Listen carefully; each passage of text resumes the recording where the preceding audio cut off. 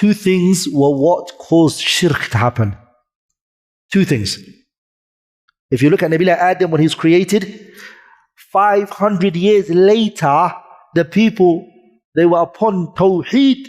500 years later, they changed. Shirk starts to come. People before that worshipping Allah only. That's why Allah then sent who? Nabi Nuh. وَقَالُوا لَا تَذَرُنَّ آلِهَتَكُمْ وَلَا تَذَرُنَّ وَدًّا وَلَا سُوَاعًا وَلَا يَغُوثَ وَيَعُوقَ وَنَسْرًا. 5 righteous men.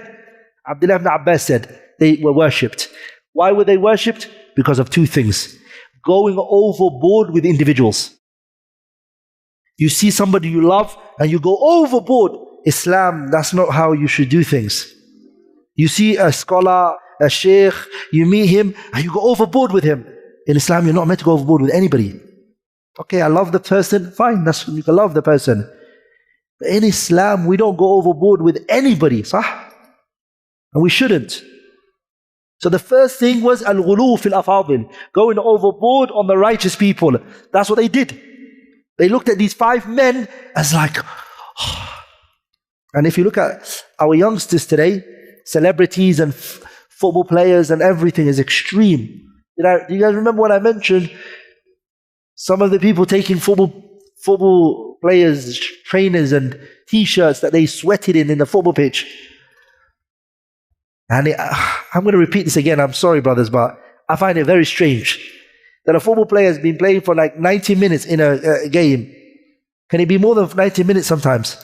It could even be more, look at that. And then he sweats in those trainers and then he takes it off and he gives it to someone and that person is crying and is emotional because he got stinky trainers. And he takes it home or he gets it signed. He scribbled something on a trainer. I swear you can get that same trainer from a shop, clean, no one's worried before you. You can be the first person to wear it. But no, this is the one he wants. And sometimes he takes off his t-shirt that he sweated. You could see he was sweating on it. Yeah? Right his hand over it and everything and he sweated. And you know when you sweat and you don't eat halal food, your sweat is what? In Allah musta'an. So he's not a Muslim, he's eating pork and alcohol and everything and he's sweated on it and now he's giving it to you and you take it. And I've asked some people who've got these t-shirts and you know what they said? I don't even wash it. They get it, they don't wash it because it's original, it's fresh, like that. Audhu Billah. And then guess what they do? They take a frame and they stick it on the wall. La ilaha illallah Muhammadur Rasulullah. That is al-ghulu. That's going overboard with not even the righteous people. Going overboard with what? Criminals. So my point is, brothers and sisters, the second thing why shirk happened, the first one was al-ghulu fil afadil, going overboard in the righteous people. And I have to say something, brothers. Going overboard in the righteous people was the big problem back then. But because the IQ level of us has become so low, people are now going overboard with people. You can see this guy is not normal. This guy's not normal, Habibi. Can you not see? The way he's talking, the way he's doing. And everyone, he's got big subscribers. People love him. They admire him. Ghareeb, sah? Brothers, do you guys agree? People, when you look at the guy is not stable. His family should not let him do this to himself. Sah, brothers, he should get help. People are subscribed to his channel. People are commenting. I don't know, wallahi, I'm shocked sometimes. I'm thinking to myself, what's happening? Sah? Ghulu on even people, even the non-Muslims, there are levels. There's non-Muslims who are educated, learned. If you took that from them, I can see where you're going. You're taking the worst of theirs. Sah? Do you guys agree? So anyways, you can't go overboard with anybody. Let alone those who are aradhil, the lowest of the lowest. Second thing is al-musawwirun. Musawwirun are those who were picture takers.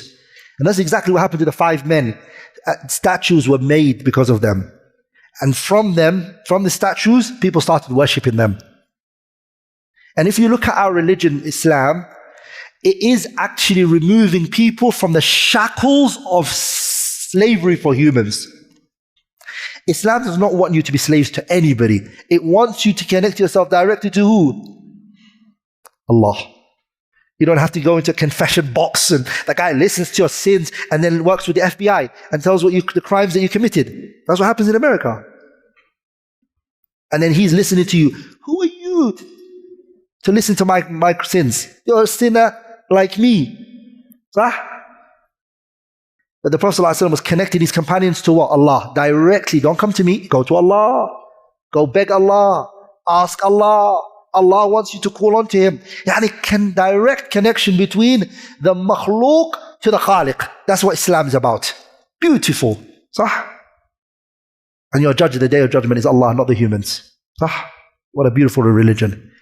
Other religions, they want you to come to them. They make money from you. They call to themselves. And I'm not saying that some Muslims don't do that. They do. But that's not Islam. Islam is what? Calling the people to what?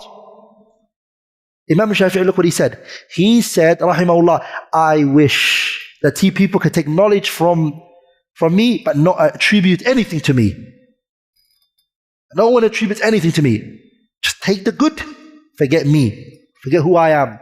Don't worry about me. Forget that. Just take the good and keep it moving. That's how they were before. So the pictures or the statues was what was left behind to remember those people. And so as time went on, generations after, they started to worship it, and then they became idols. That's where the idols came from. And then Nuh came, and he started to call his people for 950 years. وَلَقَدْ أَرْسَلْنَا نُوحًا إِلَىٰ قَوْمِ فَلَبِثَ فِيهِمْ أَلْفَ سَنَةٍ إِلَّا 50 عَامًا. For 950 years he was giving da'wah to them, calling them to Tawheed, listen, obey Allah, and etc. And they didn't listen to him. And then Nuh became upset with them. And guess what he said? He said, رَبِّ لَا تَذَرْ عَلَى الْأَرْضِ مِنَ الْكَافِرِينَ دَيَّارًا إِنَّكَ إِن تَذَرْهُمْ يُضِلُّوا عِبَادَكَ وَلَا يَلِدُوا إِلَّا فَاجِرًا كَفَّارًا. He said, oh Allah, destroy them all. Destroy these people. Don't let any one of them remain. Because if they remain, they're going to give birth to what? Disbelievers and criminals again. But then Allah Ta'ala, him and his followers, they started to make an ark. That's when they went on the ark and destroyed the rest. Naam. So the reason I mentioned the issue of the musawwirun and the picture taking is because in the hadith it mentions inna min ashaddi nasi adaban. So it's a major sin. It's a what? It's a major sin. Naam.